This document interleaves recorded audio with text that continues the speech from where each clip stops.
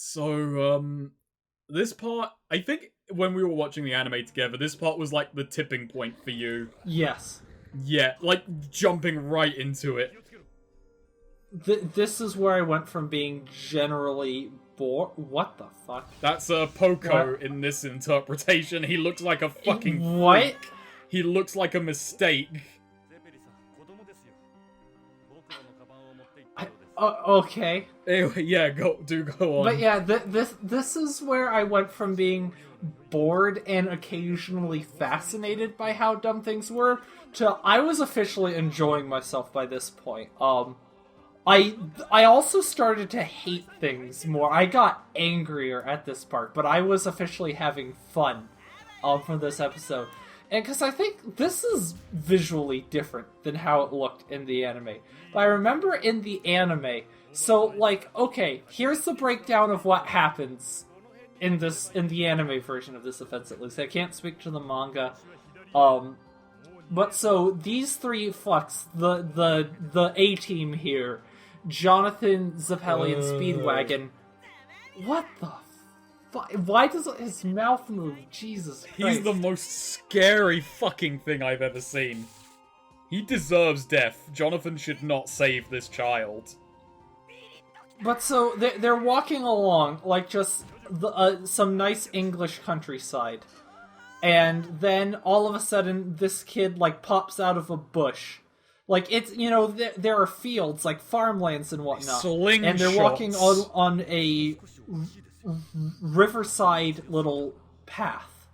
And a child, like, slingshots out, steals something, and starts running across the shallow, like, brook. Like, this river is shallow. A child is running across it. Like, not even slowly fording it. Like, he's just running through this river. It's, like, not even up to his knees.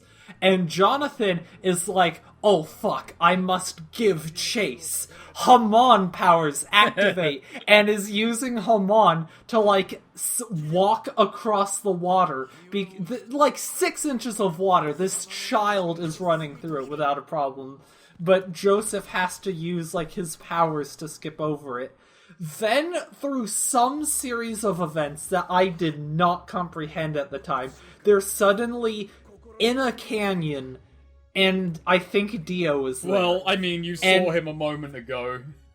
Yeah, and I do not... Like, I, at the time, had no concept of how we went from this, like, gentle countryside with, like, a babbling brook to a canyon with a fucking upside-down castle in it is revealed at one point. Like, I just was completely at a loss for the events happening. And then things get worse, and then this fight happens, and it's the stupidest thing I have ever seen.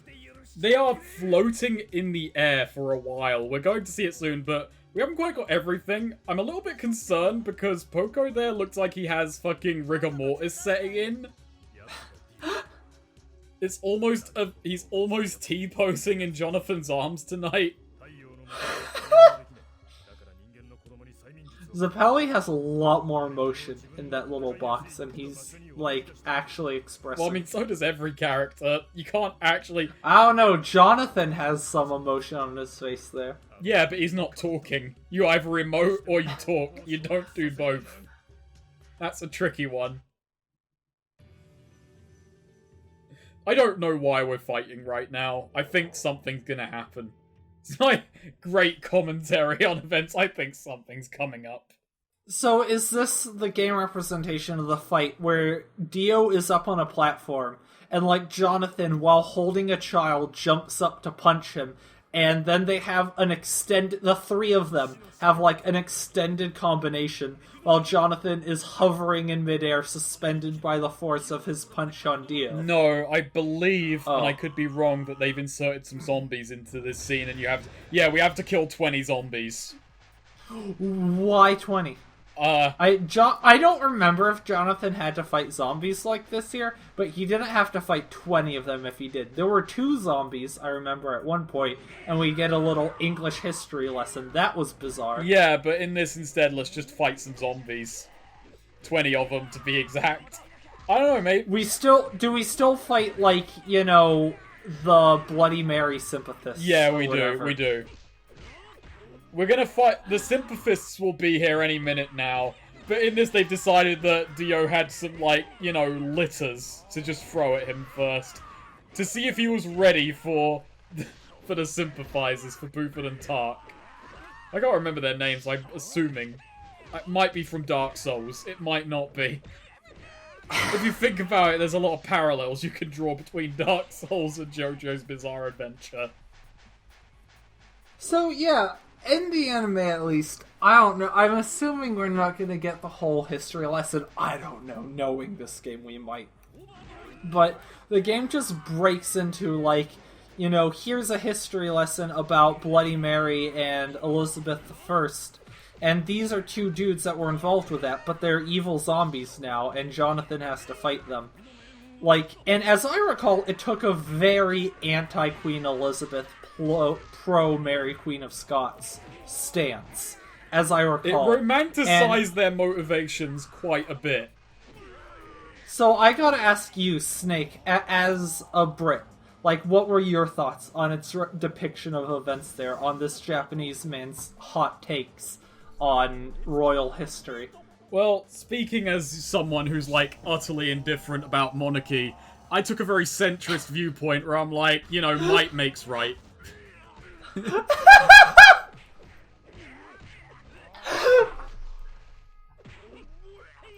I don't think that's very centrist. I think that's just sort of, like, monarchist. Like, it's a pragmatic monarchist.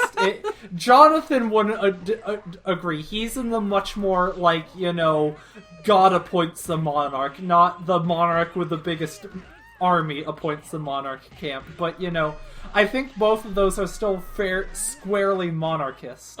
Fair enough.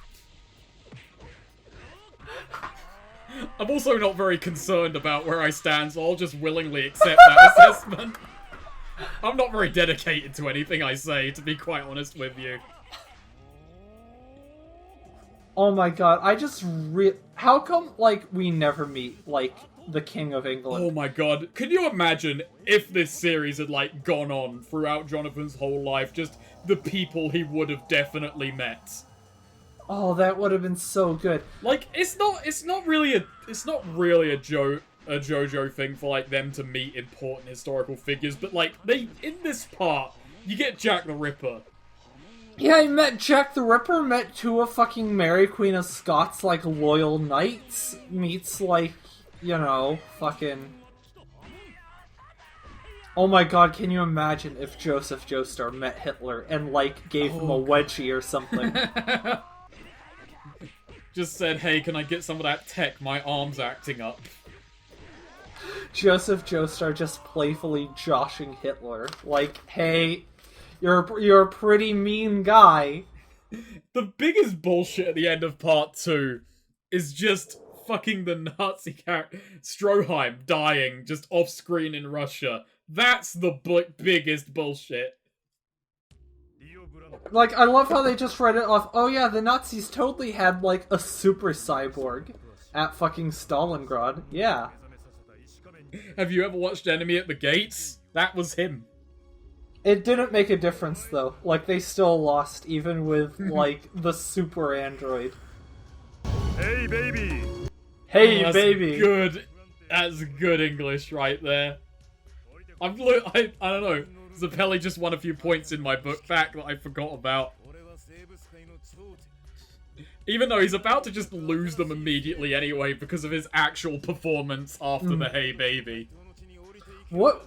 Okay, here's a question. Where did Dio get the outfit he's currently wearing? Well, he had to go shopping in London for a corset, and naturally he found one. And I guess the rest was just thrown in. Where did he find those, like... What are those gold bead things? Like those straps connecting his abs to his shoulders. I don't know. Do you think he custom tailored that? Like, it never goes into his hobbies, but we can assume he had a few more than Jonathon did. Yeah, like lawyering and oh my god, his eyes. Oh no, my Hamon has caused me lazy eye.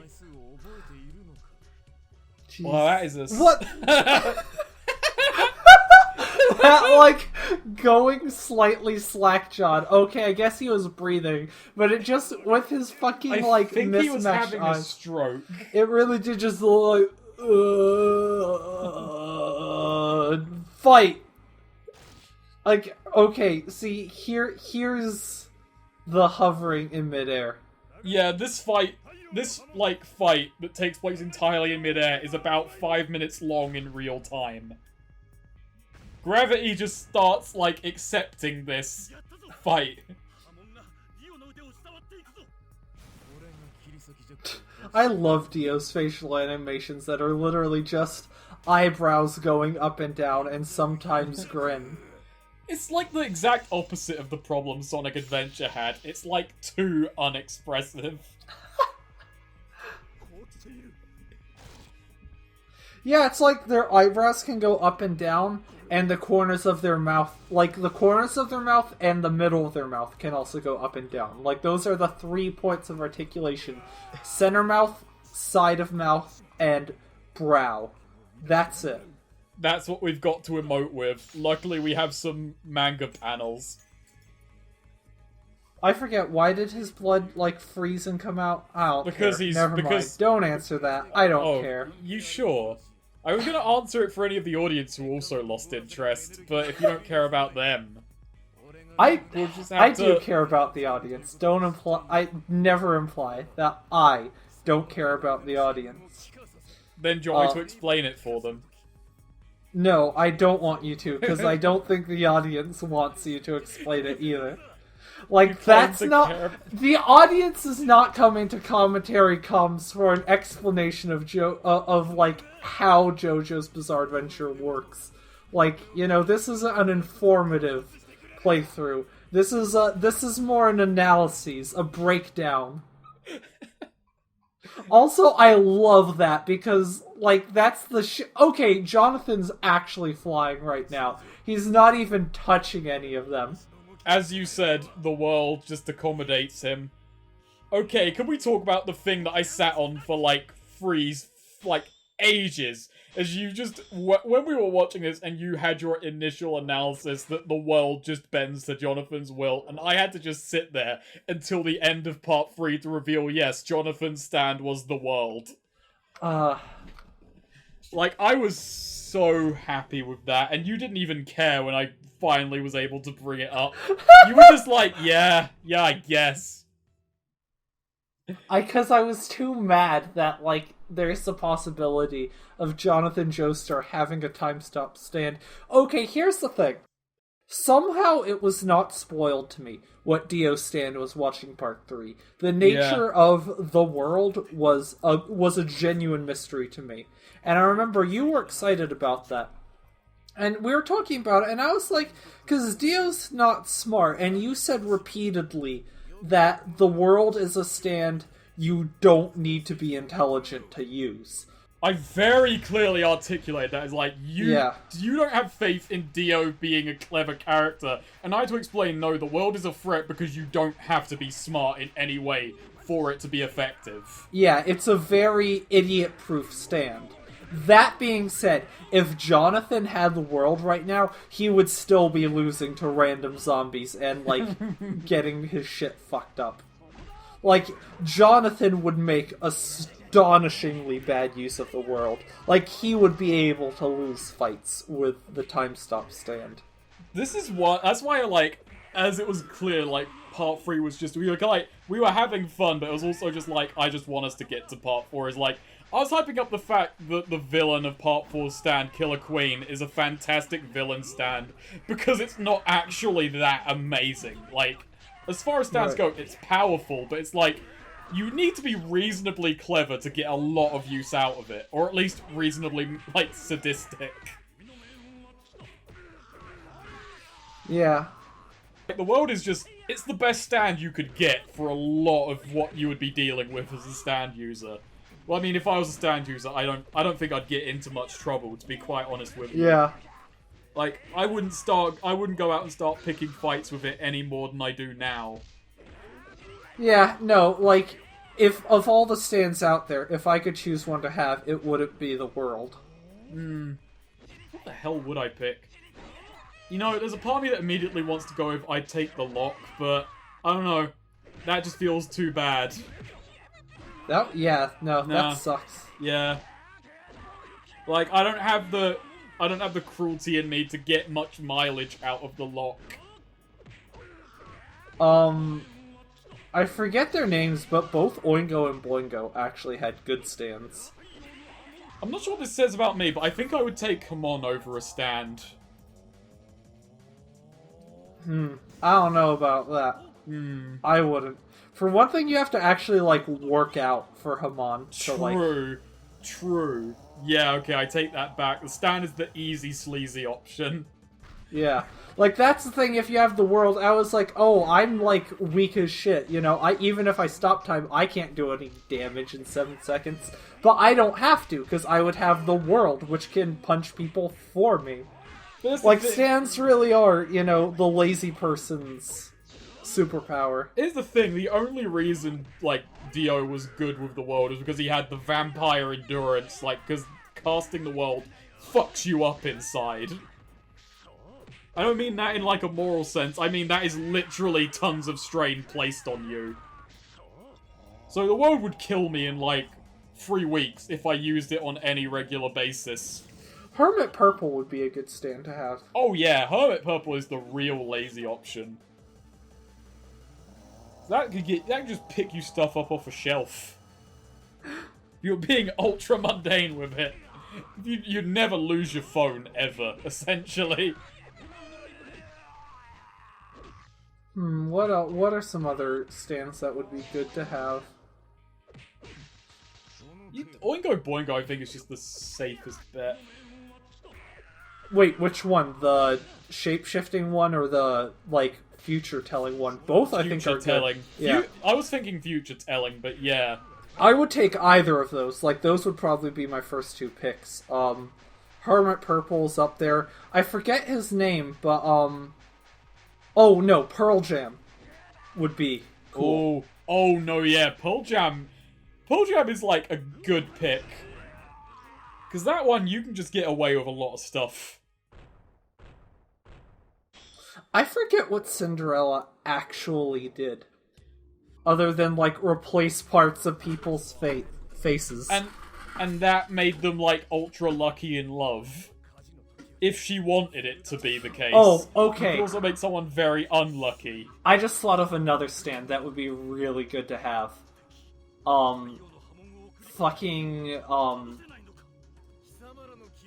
Heaven's Door. Oh, yeah. No, Heaven's Door is too powerful. That would be better to have than Heaven's the world. Heaven's Door is fucking ridiculous. Like, Heaven's Door, pragmatically, would probably be the best to take, but I would also feel... That's the only one I would be, like, morally, like, ooh, I feel bad about taking this. I shouldn't do this. Rohan is one of the best characters in the series. He is just the biggest shithead you can imagine, because when you think about the implications of Heaven's Door, it's really fucked up. But when it's Rohan using it, you just kind of have to go, yeah, it's cool. Rohan is, insofar as he... I'm trying to find the right word to describe this. In so much as he's a voyeur, he only wants it for his manga. Yeah. Like, he could, like, he can completely overwrite people's wills, and, like, but he just doesn't care about other people nearly enough to do that. I like to imagine the one audience member right now who doesn't know anything about Jojo and is using this as an introduction to part 1, who has no fucking clue what we're talking about right now. We've already talked about out so many names. We've talked, even in the first part of this, we throw out so much stuff. Like I said, we need, like, a disclaimer. Like, this is for people who have watched or read Jojo. I mean, even then, like, I think we just kind of said it in very basic, simple terms that you can go, oh, I understand what they're talking about, this will happen in the future, but now we're talking about stands and just throwing out names without explaining powers. Part 1, I don't remember exactly what we said, but I remember we talked about stuff that would not make sense. I think we're gonna have to go back to actually watching the game in a second, because I think the literal worst fight that has ever happened in a fighting game is about to begin. Yeah, we kind of have... I don't know who this purple guy is. I just want to say that. I don't know. But fucking, because, look, it's these two. Yep. It's the apologists. Gone from apologists from loyalists. You thought fucking Jonathon was buff. Look at that guy. Jesus Christ. I really am looking forward to seeing his in-game model. Oh my god, you will not be disappointed. It's fucking ridiculous. I think it's worse than it is in the anime. I think they go up. Oh god. No, we're about to get into some shit that is, like, the worst. The next, like, the immediately coming up series of events is the worst stuff to happen in JoJo's Bizarre Adventure. I was livid at what I was seeing. Like, I think you jumped the gun a bit with your explanation that the world gives in to Jonathon, because this is when you realized it on the first watch through. Like, him breaking his arm is like, I don't know, I feel that's like the impetus. But this is where it's just like, it just gives up any sense of reality to accommodate Jonathon's wishes. Yeah, no, definitely, but I think, in fairness, it starts a bit before this. This is just when, like, it starts getting, like, intense. But it started, I think, with the arm stretching. Also, I just realized the way he's using the hair to use that sword, that is some Love Deluxe shit right there. True. Way ahead of schedule. Yeah, like, a lot of characters just sort of had powers that would be stand powers later in parts 1 and 2. But for now, it's just what they do. They never quite explain why Dio can just attach people's heads to animals, and that's just on, you know? Yeah. And they never gave any of the people he did that to a stand. Oh shit, I forget Oingo or Boingo, the one who had the shape-shifting stand. Earth, Wind, and Fire is just literally better.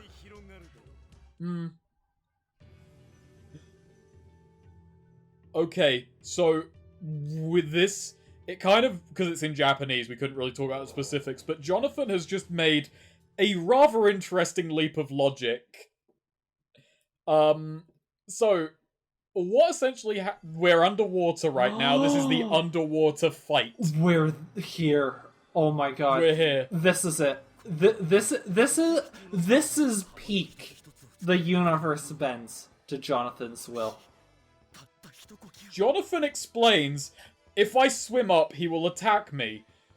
But I need to get air. I need Hamon to fight. But this river is over an old mine, so there will be oxygen bubbling up. So I should swim down. But the logic he uses is, when I was a kid and Danny wanted a toy, I would relent and let him have the toy so that he would give it to me, or some such. So his logic is, just do the opposite and you'll get what you want. Like, no, he relates, in this, like, scenario, in Jonathon's head, the river is Danny. He can't breathe right now because the river is keeping the oxygen from him. But he wants the oxygen, so he needs to convince the river that he doesn't want the oxygen. Because, like, that's what worked with Danny. When he made Danny think he didn't want the toy, Danny didn't care and stopped keeping the toy from him. So Jonathon's decides, I need to show the river how much I don't care and how much I don't want oxygen. And then the river will give up and let me have the oxygen. That is literally Jonathon Joestar's bizarre thought process right now. It's really, maybe Jonathon did just have a stand before everyone else. And it was just a stand that was just, I don't know, we'll call it chaos theory or something. Because it's literally just, it bends reality to his will, but only if he doesn't realize that's what's actually happening. It's just, and I was so, like, taken aback, because it took me a while to fully understand what the fuck Jonathon was talking about, or what it had to do with anything. This fight looks like gameplay-wise the worst thing ever, by the way. Okay, let me explain the myriad ways in which this fight is awful, because there's a few. Like, I don't know, I don't think the fight is long enough for me to explain how bad it is. Even if I had started. But, okay, so you can see there are these, like, oxygen spigots. Yes. I'm not sure what the right word would be. These, like, Star Trek teleporters, yes. Yeah, that's a visual glitch, I believe. But anyway, so, yeah, you could, the Hamon bar next to our health bar in the top left, it will go down if you're not near them. And if it depletes, you will start losing health. So you have to stay by them. You can see that my swimming pace is somewhere shy of glacial. That is our only combo which you are locked into. Oh my god. That spinning hair attack he does will take off half of your life bar if he lands the whole attack. If he lands the whole attack. And that is our block. I'm blocking right now. I realized the best thing to do is get by one of those oxygen reservoirs and just block. And just let him come near you and then throw this weak shit combo we have that knocks him away. It does so little damage. Yeah, and after that, it will knock him away where he will swim and just decide, and I might miss, because I might just slub past him. Slub isn't a word. I've invented slub as a word for when you just kind of rub or slide off of an enemy as you're comboing it's them. A good word. Like, if you hadn't said you, like, thought it, I would have believed it was a word. Like, yeah, that I'm coining the phrase right now in real time. Do you still just do your normal big punch underwater? I don't know. I don't know if I can I can't remember. I don't know if I try and activate it, because I can see heat max. It's not exactly subtle. Do I try and land it? I don't know. I timed out more than once on this fight just because his AI is not, like, aggressive enough sometimes. Like, he will just decide when he wants to fight you. Yeah, so much of this is just, like, slowly waiting for, like, you're both so slow. His AI is so, like, wants to stay away from... Okay, here we go. Oh, I landed it! Oh, I forgot, but I remember now. This instantly ends the fight. That's interesting. Yeah. That makes it slightly more forgivable. It doesn't, but it kinda does. Yeah.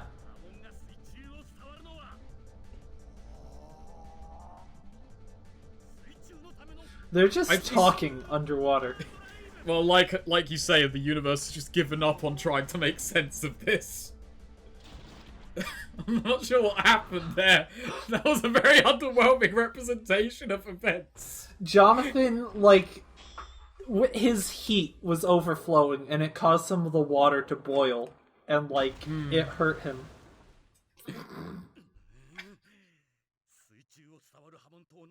So, at that point, I can't quite remember the series of events, but he's like, then there's a sympathetic speech, and as Jonathon, like, takes him out, he's like, I will remember you, like, you weren't that bad. And then the other person just literally gets fucking murdered. And this is the other half of where I was furious. Because Jonathon and this guy have a heart-to-heart. He writes luck on Jonathon's sword.